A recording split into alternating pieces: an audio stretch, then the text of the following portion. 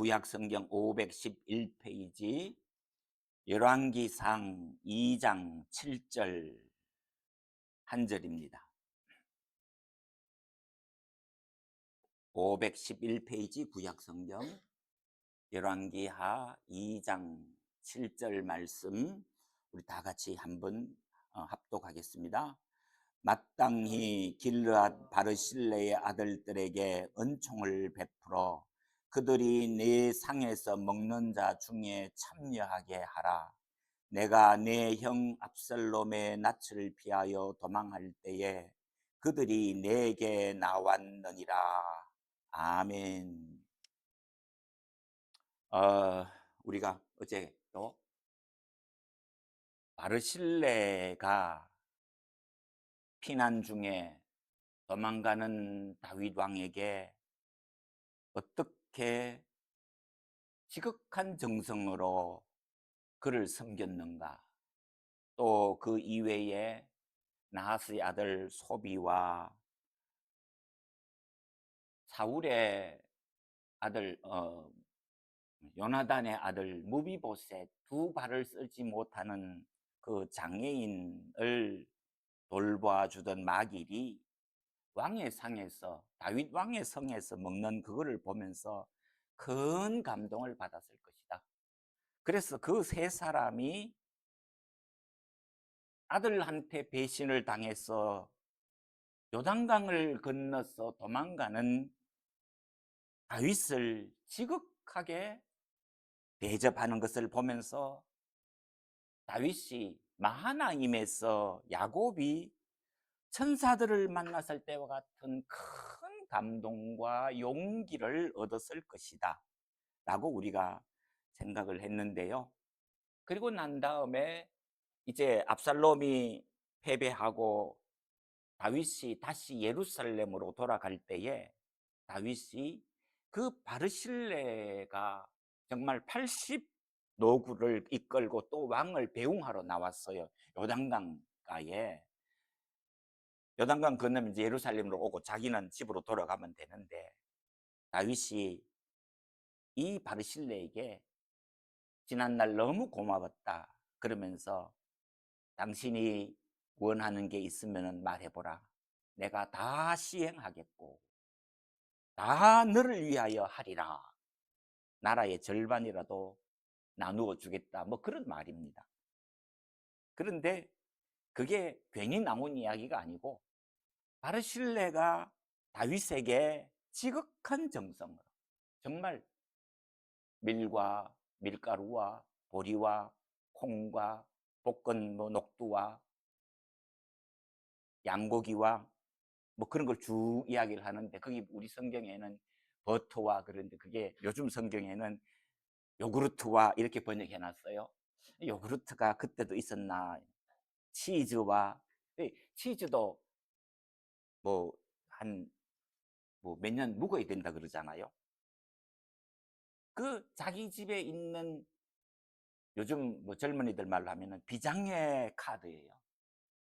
숨겨둔 그 귀한 보물들을 다윗을 위해서, 그거 다윗 준다고요. 다윗이 살아날지 안 될지도 모르고 압살롬이 이기는 날에는 다윗을 도와줬던 사람들마다 다 죽잖아요. 부역했다고. 그런데 목숨을 걸고 다윗을 섬겼다. 다윗이 정말 천사가 나를 도와주는구나 그랬다는 거죠.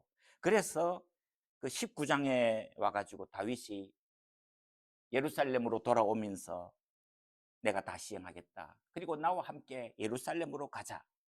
그런데 바르실레가 내 나이 80인데 내가 지금 뭘 좋은 거 알고 나쁜 것 알고 누가 노래를 한들 내가 그것을 어떻게 알아듣겠느냐고, 그냥 내가 고향에서 살다가 부모님 옆에서 죽는 게 복입니다. 뭐 이런 이야기 했다는 거예요. 그러면서 자기 아들 김합을 딸려 보내면서 이 아들을 좀 돌봐주시면 고맙겠다고 그랬다는 겁니다. 그런데 다윗이 얼마나 신실하느냐 하면은 그 김합을 다윗이 자기 베들레헴 땅 일부를 아마 나누어 준 것 같다 그래요.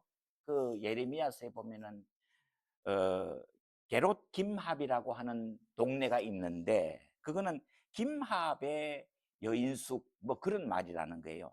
그래서 그런데 이스라엘 나라에서는 땅을 사고 팔지 못한단 말이에요. 어떤 사람이 만약에 빚을 져서 땅을 그 주인 채권자에게 넘겨줘도 안식년이 되면은 다 돌려줘야 됩니다. 그러니까 이 나쁜 고리 대금업자들은 안식년이 가까웠을 때에는 땅을 더 많이 요구하고, 또 안식년이 돼도 율법에는 돌려주라고 그랬지만 안 돌려주는 나쁜 사람들이 있었다. 그래서 우리가 열왕기서에서도 보면은 있죠. 아합이 좋은 포도밭을 내인데 바쳐라 그러니까 그 주인이 이거는 조상 대대로 내려온 하나님의 기업인데 내가 어떻게 왕에게 주겠느냐. 그러니까 그 사람 죽여버리고 그 땅을 빼앗는 게 아합 왕이었어요. 땅을 사고 팔 수 없는 상황에서 다윗이 김합에게 땅을 나누어 줬다는 말은 내 친족으로 받아들였다 이 말입니다. 내 친척으로 받아들였다. 이 다윗의 사랑에 대해서 생각을 좀 해보고 싶었는데, 그게 오늘 우리가 이 본문을 보면서 두 가지 생각하고 싶은데요. 첫째가 풍성한 사랑입니다. 하나님의 풍성한 사랑. 내가 다 너를 위해서 해주겠다. 그런데 어, 우리나라 말은 아니고 이것 외국의 속담인 같은데요. 이런 말이 있답니다. 낚시를 하려거든 바다로 나가고 일꾼이 되려거든 왕의 청지기가 되어라. 그래서 뭔가 이게 이 덩치가 큰 거예요. 강에서 민물고기 낚시하는 거하고 바다 낚시하는 거하고는 수준이 좀 다르잖아요. 남의 집에 일을 해도 수전로 구두쇠 집에 가서 일하면은 이거 입에 풀칠하기 바쁜데 왕의 곡간을 지키는 청지기가 되면은 어떤 상황이 되겠느냐. 제가 성경 읽을 때마다 참 감동받는 것 하나가, 솔로몬이 하나님 앞에 기도하니까 하나님이 꿈에 나타나셔서 솔로몬에게 내가 너에게 무엇을 줄까? 그러니까 듣는 마음을 주십시오. 하나님의 말씀을 알아듣는 마음을 주옵소서. 이렇게 번역하거든요. 그래서 하나님 앞에서 하나님의 말씀, 하나님의 음성을 들어야 지혜가 생기고, 그 지혜가 있어야 나이 스물에 이스라엘 나라의 왕이 되었을 때에 재판을 할 때에 억울한 사람이 없고, 하여튼 솔로몬이 그런 생각을 하는 거예요. 그러니까 하나님이 너무 그것이 마음에 기특해 가지고 내가 지혜를 주실 뿐만 아니라 너가 구하지 않는 부귀와 영화도 주리라. 그리고 너가 내 이 말씀을, 하나님의 말씀을 잘 지키면은 장수하리라.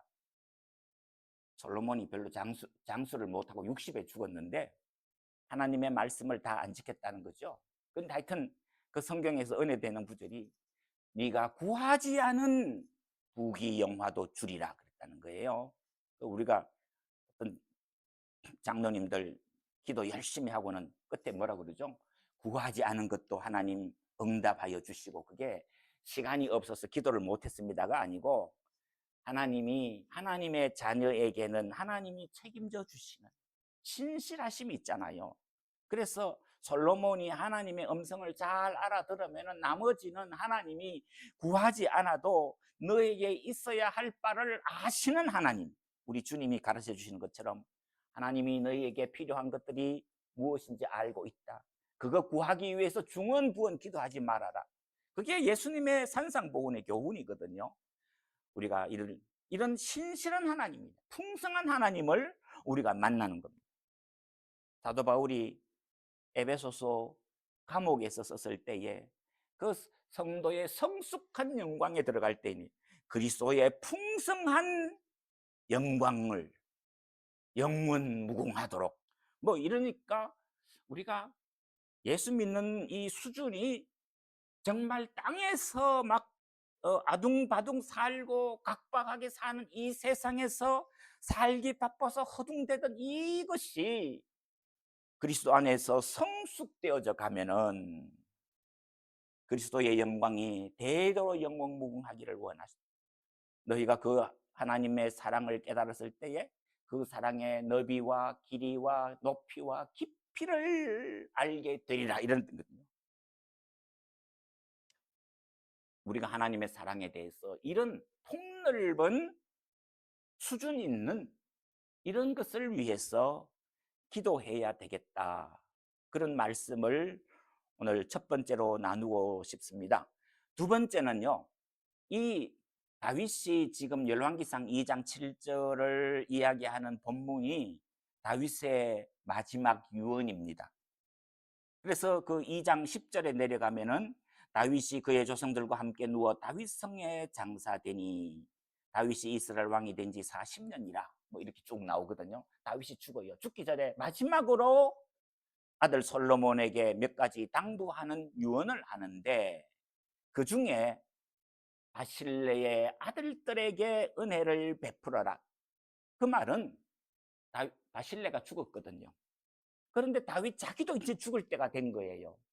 죽음의 직전에 그 바실레의 아들들을 챙겨라 라고 말하는 이 다윗의 사랑, 이거를 우리가 성경적인 용어로 말하면은 인애의 사랑입니다. 인애. 우리가 지금 헤세드 언유 처치 교회 간판을 달았는데요, 이 헤세드라는 말이 바로 요즘 새로 번역하는 성경에 쓰는 한결같은 사랑. 참 번역 잘했다 생각했어요. 인애 그러면 이 한자어기 때문에 그런 말이 내포가 잘 전달이 안 되는데, 한결같은 사랑.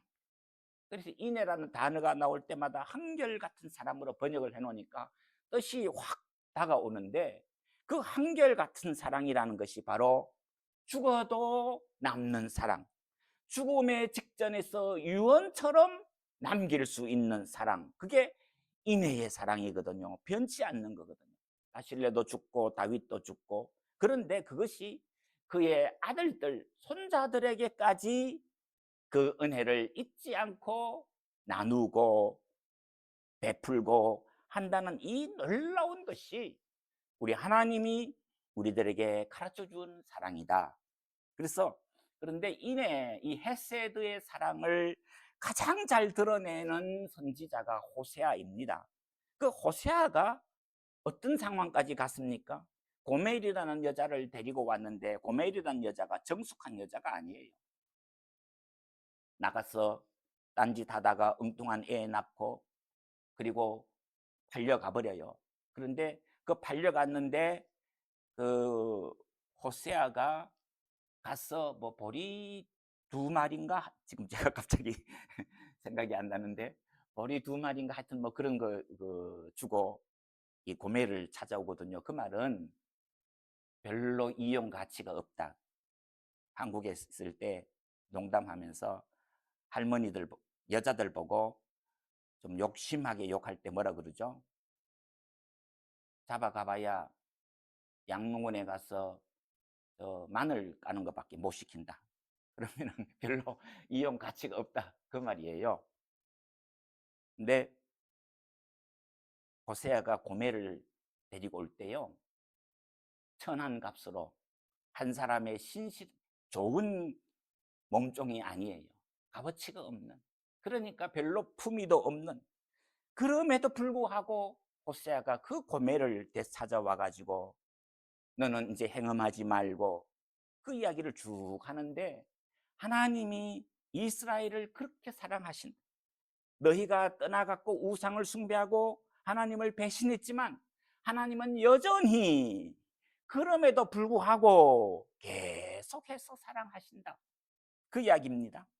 그래서 우리가 이 불변의 사랑, 근데 지금 오늘날 우리 사회가 이혼이 너무 쉽게 되는, 정말 도장 한번 찍으면 끝나는, 하나님의 사랑은 그런 사랑이 아니다. 호세아를 우리가 깊이 좀 연구해 볼 필요가 있는데, 근데 이 불변의 사랑을 이야기할 때에 하나님이 우리에게 가르쳐 주신 것이 구약 성경 레위기 2장 13절에 보면은 소제를 드릴 때에 소금을 빼먹지 말아라. 하나님이 그렇게 이야기하시거든요. 그 소제라는 말이 곡식들을 하나님 앞에 드릴 때에는 반드시 곡식 그대로 통째로 제단에 올리는 게 아니고 소금을 쳐야 된다는 거죠. 그 소금이 방부제 그러는 이야기도 있지만 더 중요하게 얘기하면은 죽이는 거죠. 제가 어제 이 구절을 묵상하다가 겉절이하고 김치하고의 차이점을 누가 글을 썼는데 재밌게 썼어요. 겉절이는 10번 죽는데 씻고 소금 치고 씻고 소금 치고 뭐 그러잖아요. 그러는데 김치는 뭐냐? 겉절이 보다가 한 번 더 치는 게 소금이 저기 김치래요. 제가 집사람 보고 겉절이하고 김치 담글 때 소금 몇 번 치느냐고 그러니까 저희 집사람이 결론부터 이야기하면은 죽을 때까지 치는 거야 이러더라고요. 그래서 제가 그렇지요. 그러는데요. 우리가 이 죽을 때까지 십자가의 죽음을 우리가 생각한다는 것. 우리가 그걸 이야기하잖아요. 우리가 성경에서 죽는다 그럴 때에는 고생하다가 죽는다 그런 자꾸 생각하지 말고 우리가 정말 생각해야 될 게 주님의 십자가를 생각해. 갈라디아 2장 20절에 그런 적 이제는 내가 그리스도와 함께 십자가에 못 박혔나니 그런 적 이제는 내가 산 것이 아니오 내 안에 그리스도께서 사신 것이다. 이제 내가 육체 가운데 사는 것은 나를 사랑하사 나를 위하여 자기 몸을 버리신 하나님의 아들을 믿는 믿음 안에서 사는 것이다. 그러는데 우리가 가끔씩 교회에서도 믿음 생활할 때에 특히 재직해 하고 뭐 이렇게 심지어 뭐 당회하고 그럴 때에 예수 평생 믿었는 분들이 내가 그거는 못 참지. 십자가에 못 박힌 사람은 예수님이 십자가에 못 박혔을 때에 그 밑에서 욕하는 사람들 보고 내가 십자가에서 잠시 내려가서 저 인간들 손 좀 봐주고 올라온다. 그런 이야기가 안 된다는 거죠. 네, 내가 그리스도와 함께 십자가에 못 박혔나. 거기는 죽음밖에 없다는 것이죠. 이 소금 언약이 제물을 드릴 때에 소금을 빼지 말라. 소금을 두고. 그런데 소금은 썩지 않는 것이고 변하지 않는 것이거든요.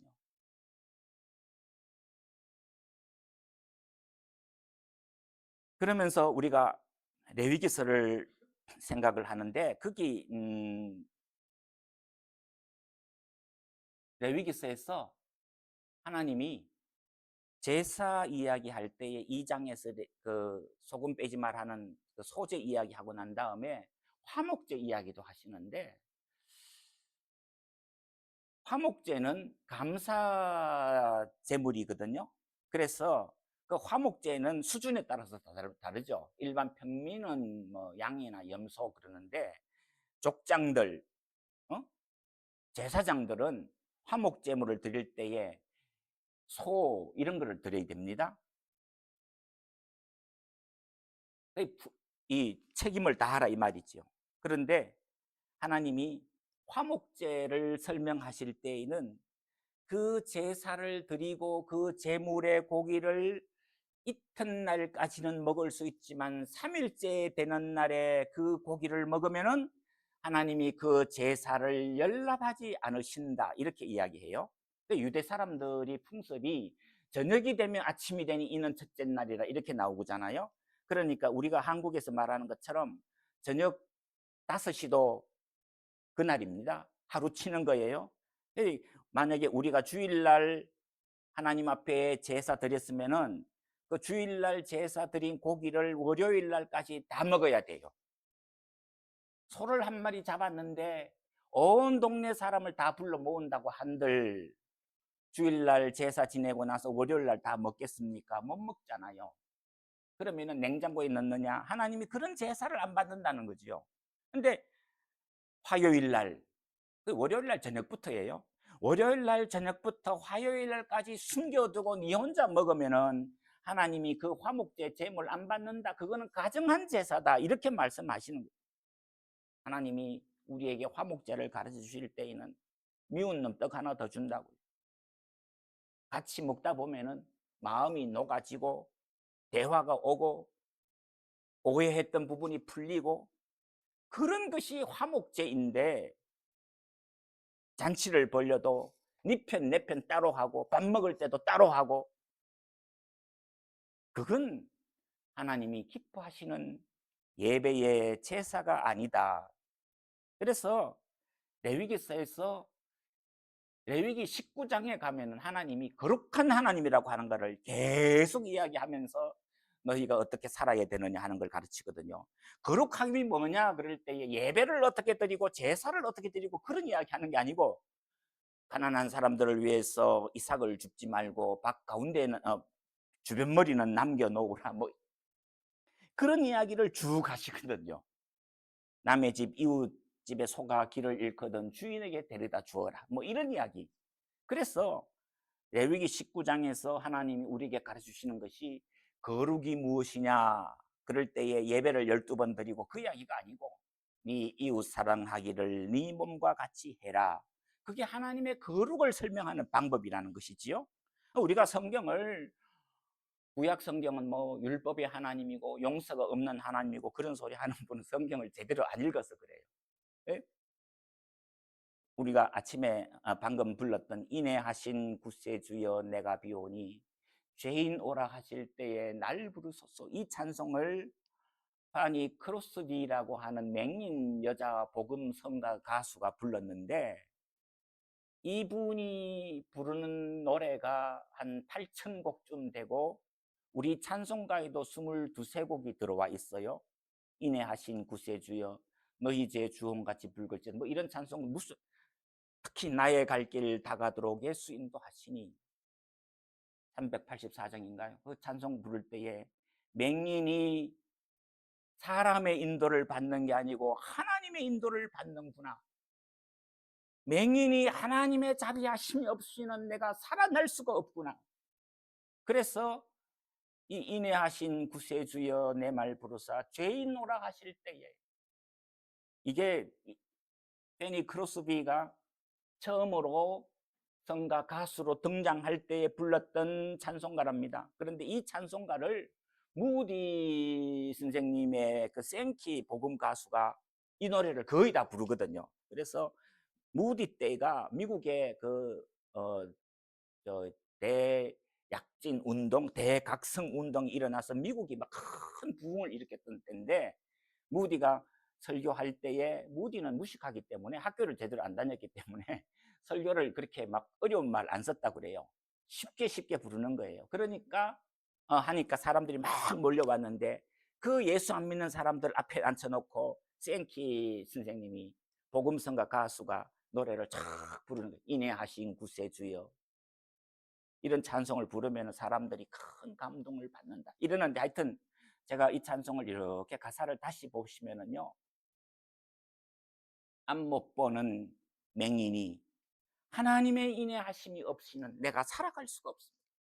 하나님의 도우심이 없이는 하나님의 불변의 사랑이 없이는 내가 살아갈 수가 없습니다.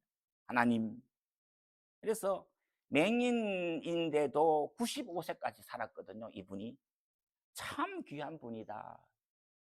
우리가 이 찬송을 제가 부르면서 하나님의 인애를 생각하는 변함없는 사람, 풍성한 사람, 불변의 사랑 이걸 우리가 어떻게 해야 되는가? 그런데 이 레위기 2장 13절에 너희 제사 가운데 소금을 빼지 말라는 이 구절을 예수님이 인용을 하시는데 직접적인 인용은 아니지만 마가복음 9장 50절에 가면은 예수님이 너희 가운데 소금을 두고 서로 화목하라 이렇게 말씀하세요.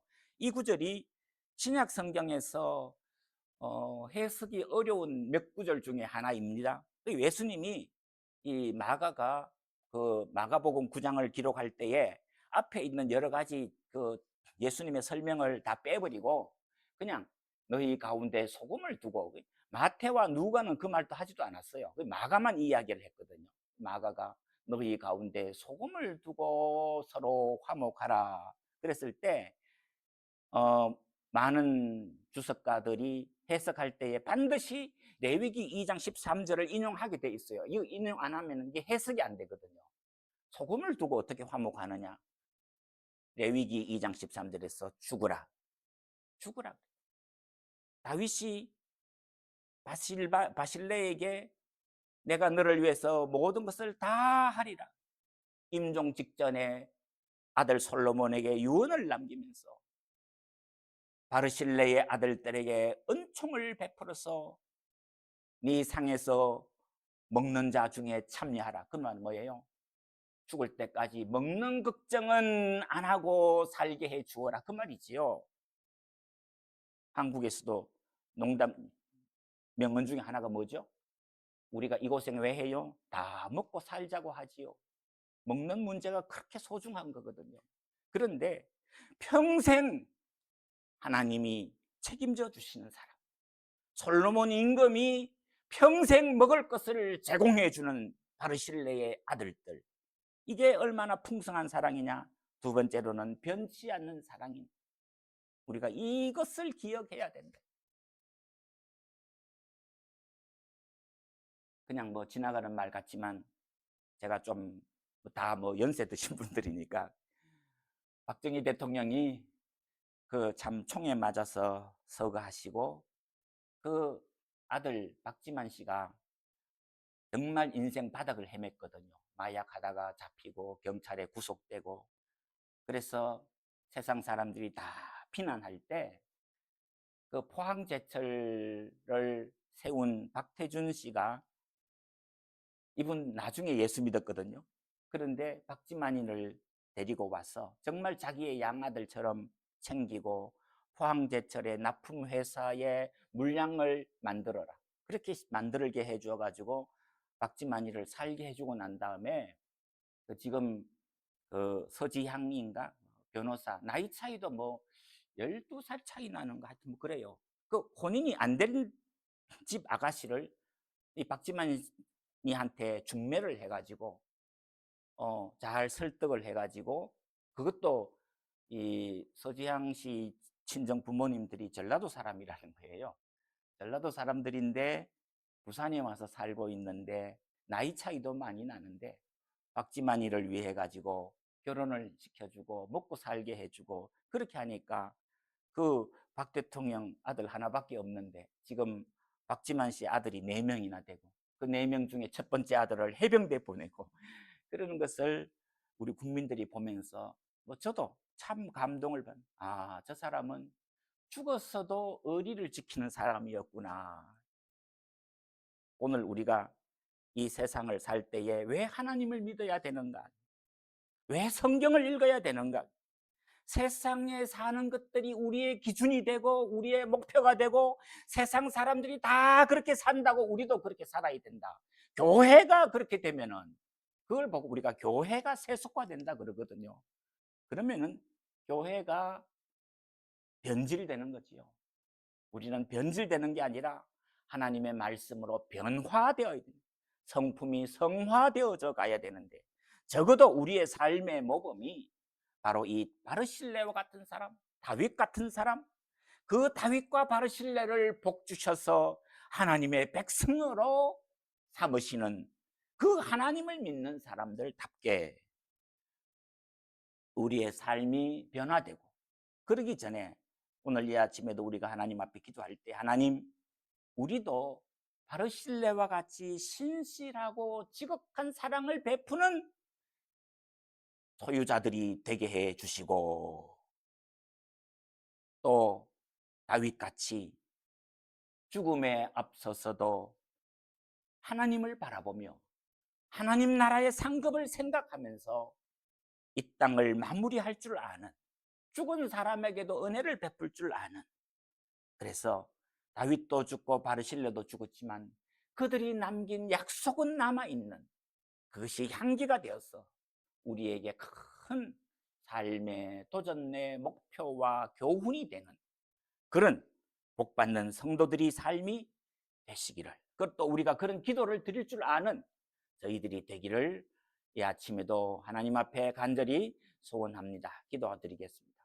하나님 아버지, 이 아침에도 변치 않는 한결같은 영원무궁한 사랑을 우리에게 베푸셔서 하나님의 백성으로 삼아주시고 하나님의 일꾼으로 불러주신 그 하나님의 말씀에 본받아서 바르실레와 같이 지극한 정성으로 다윗을 섬기고, 다윗 또한 임종 직전에서도 자녀들에게 유언을 남길 줄 아는 사랑의 실천자들이 되게 하시고, 우리들도 그 신실하신 하나님, 변치 않는 하나님, 헤세드의 사랑을 베풀어 주시는 한결같으신 하나님을 섬기고 예배하고 본받아가며 하나님을 닮아가는 하나님의 자녀의 삶이 되게 하여 주옵소서.